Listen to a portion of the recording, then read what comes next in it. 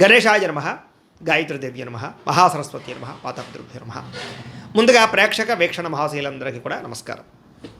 అయితే 14వ తారీఖు జూన్ 2026 ఆదివారం నుండి 20వ తారీఖు జూన్ 2026 శనివారం వరకు కూడా ఈ వారం ద్వాదశ రాశుల వరకు కూడా ఎలా ఉండబోతుందో చూద్దాం. ఇక ధనుస్సు రాశి వారి యొక్క ఫలితాలు. ఈ వారం మీ గోచార గ్రహగతులు కనుక చూసుకున్నట్లయితే కొంచెం మిశ్రమ ఫలితాలే కనపడుతూ ఉన్నాయి. ఏంటంటే కొంతమంది పైకి మంచి వాళ్ళుగా నటిస్తూ మిమ్మల్ని పాడు చేద్దామని ప్రయత్నం చేస్తూ ఉంటారు, జాగ్రత్తగా ఉండాలి. అలాగే అక్రమ మార్గంలో డబ్బులు సంపాదించాలని జోదము లేదా బెట్టింగులు స్కాములు జోలికి వెళితే ఇబ్బంది పడతారు, ఇరుక్కుంటారు, పోలీస్ కేసులు అయితే జాగ్రత్తగా ఉండాలి. ఇతరులని అనవసరంగా నిందించడం కానీ లేదా తిట్టడం కానీ కోపడడం కానీ మంచిది కాదు. కుటుంబ సభ్యులతో కూడా జాగ్రత్తగా మాట్లాడండి. వ్యాపారంలో ఒడిదుడుకులు బాగా కనపడుతున్నాయి, స్వల్ప నష్టాలు కూడా కనపడుతూ ఉన్నాయి. అలాగే వ్యవహారాలు ఏవి ముందుకు సాగటం లేదు, ప్రతి పని ఆలస్యంగానే జరుగుతుంది. వారం ఉద్యోగ ప్రయత్నాలు కూడా పెద్దగా విశేషంగా అనుకూలంగా కనపడటం లేదు. ముఖ్యంగా అనారోగ్య సమస్యలు ఇబ్బంది పెట్టడం, శ్రమకు తగ్గ ఫలితం లేకపోవడము, వ్యాపారాల్లో చికాకులు పెరగడము, ఉద్యోగస్తులకి పని భారం బాగా పెరగడంతో పాటుగా కొత్తగా అప్పులు చేయవలసిన పరిస్థితులు, ఆన్లైన్ షాపింగ్లు, ఈఎంఐలు, క్రెడిట్ కార్డు బిల్లులు కట్టలేక ఇబ్బందులు కనపడుతున్నాయి. అనాలోచితంగా కనపడుతోంది, ఆలోచనలు నిలకడగా లేకపోవడము, అలాగే డబ్బుల విషయంలో ఇబ్బందులు తలెత్తడము, ధనం పోగొట్టుకోవడం కానీ వస్తువులు పోగొట్టుకోవడం కానీ చెడిపోవడం కానీ జరిగే అవకాశాలు ఉన్నాయి. కుటుంబ సభ్యులకి సంబంధించినటువంటి అనారోగ్య సమస్యల వల్ల ఖర్చులు, అలాగే శారీరక అనారోగ్య సమస్యలు ఇబ్బంది పెట్టడము, అలాగే ఏదైనా ఇంటర్వ్యూలో నిరాశ ఎదురవ్వడము, మంచివారిని అపార్థం చేసుకోవడం వల్ల లేదా ప్రేమించిన వాళ్ళు దూరం చేసుకోవడం వల్ల సమస్యలు కనపడుతున్నాయి.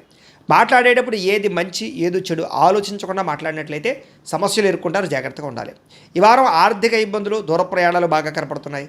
అనుకోని ఖర్చుల వల్ల ఇబ్బందులు, ప్రమాదాలు కనపడుతున్నాయి.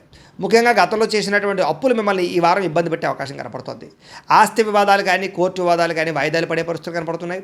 ఇతర దేశాలలో ఉండే భారతీయులందరూ కూడా ఆర్థిక ఇబ్బందులు, ఉద్యోగ నష్టాలు కనపడుతున్నాయి. ఇష్టమైన వాళ్ళతో వివాహం చెడిపోవడం కానీ, ప్రేమించిన వాళ్ళు దూరం అవ్వడం కానీ, పిల్లల మాట వినకపోవడం వల్ల కానీ, పిల్లల వల్ల ఖర్చులు, సమస్యలు పెరగడం కానీ జరిగే అవకాశం ఉంది. ప్రేమికుల మధ్య కూడా మనస్పర్ధలు, గొడవలు కనపడుతూ ఉన్నాయి. క్రమశిక్షణ లేనటువంటి జీవన విధానం వల్ల కూడా నష్టం కనపడుతుంది. ముఖ్యంగా భార్యాభర్తలు ఇంట్లో అనేక రకాల సమస్యల వల్ల మనస్పర్ధలు కనపడుతున్నాయి.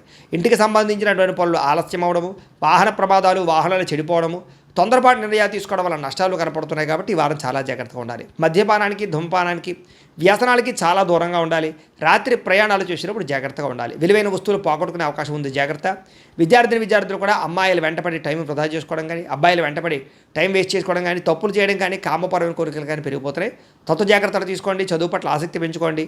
పుస్తక పఠనం పట్ల ధ్యాస పెట్టండి. ఉద్యోగస్తులకి, విదేశాల్లో పనిచేసే ఉద్యోగస్తులకి పదవులు పోయే అవకాశం ఉంది, ఉద్యోగాలు పోయే అవకాశం ఉంది.